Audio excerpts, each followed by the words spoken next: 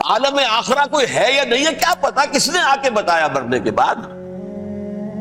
لہذا اس بحث میں نہ پڑھو، یہ عالم دنیا تو ہے نا، اٹس ویری مچ پریزنٹ، لہذا ساری توجہ اس پر صرف کرو۔ تو خدا کے مقابلے میں کائنات پر توجہ، روح کے مقابلے میں مادے اور جسم پر توجہ، حیات اخروی کے مقابلے میں حیات دنیاوی پر توجہ۔ یہ ہے اصل میں کرکس آف دی میٹر، اس تہذیب جدید کا خلاصہ ہے۔ اس اعتبار سے میں کہہ رہا ہوں کہ بعض باتیں میری آپ کو ذرا ایسی لگیں گی کہ جو شاید ماحول سے کچھ زیادہ متعلق نہیں، لیکن وہ دین کی بڑی بنیادی بات ہے۔ دیکھیے اللہ تعالیٰ نے جو مخلوقات پیدا کی ہیں ان میں ایک تقسیم تو ہو سکتی ہے ذی حیات اور بغیر حیات، جاندار چیزیں اور بے جان چیزیں۔ بے جان چیزیں بے شمار، یہ تمام فلکیات، یہ پوری کائنات، یہ زمین، یہ پہاڑ، یہ شجر و حجر، کیا؟ لیکن ایک ہے جاندار، ان جانداروں میں ایک تقسیم ہے، دو کا تعلق غیر مرئی دنیا سے ہے، انویزیبل ورلڈ سے، فرشتے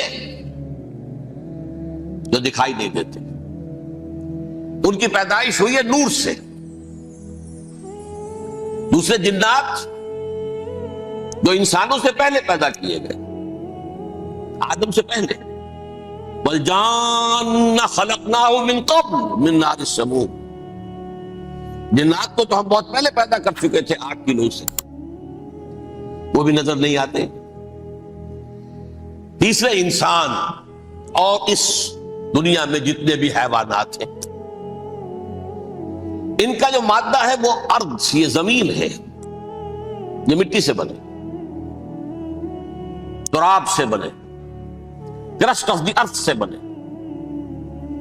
اب ان میں ایک تقسیم ہے، ایک وہ ہے، ان تمام میں شعور تو ہے، حیوانات میں بھی شعور ہے، خود شعوری جسے کہتے ہیں سیلف کانشسنس، یہ صرف تین میں ہے، فرشتہ، جن اور انسان۔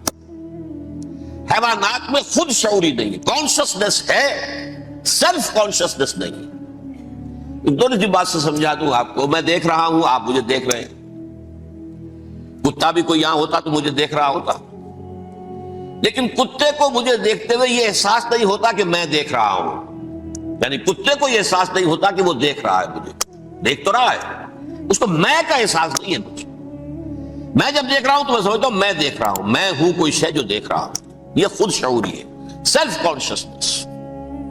کسی بھی کام کو کرتے ہوئے اپنے وجود کا احساس، میرا فیصلہ ہے، میری رائے ہے، یہ ہے در حقیقت سیلف کانشسنس، انا، سیلف، خودی۔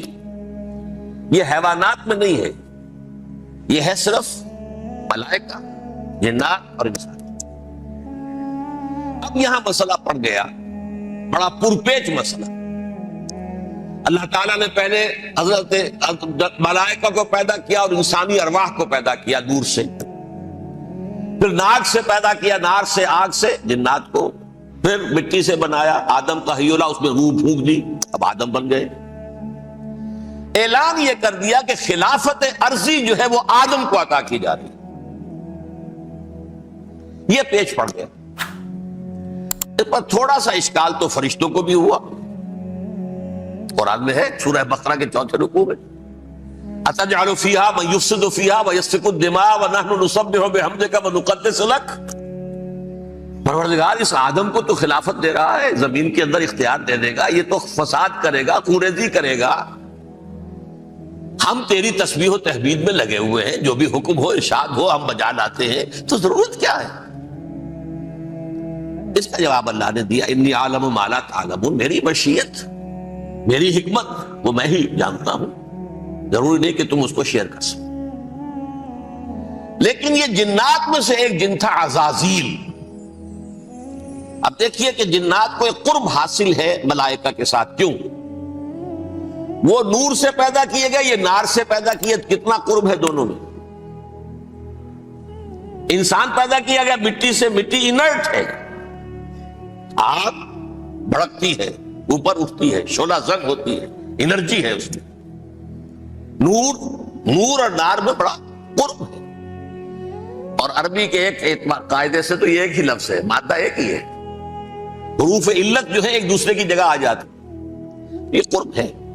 اگرچہ زمین و آسمان کا فرق ہے دونوں، فرشتہ نور سے پیدا کیا گیا ہے، وہ پاک ہے، وہ اللہ کے کسی حکم کی خلاف ورزی کر ہی نہیں سکتا۔ لا یعصون اللہ ما امرہم ویفعلون ما یؤمرون، وہ جو بھی اللہ تعالیٰ حکم دیتا ہے اس کی کوئی معصیت یا نافرمانی نہیں کرتے، بلکہ جو حکم لیا جاتا مان لیتے۔ ذرا سا اشکال ہوا تھا، پوچھ لیا، جواب مل گیا، خاموش ہو گئے بس۔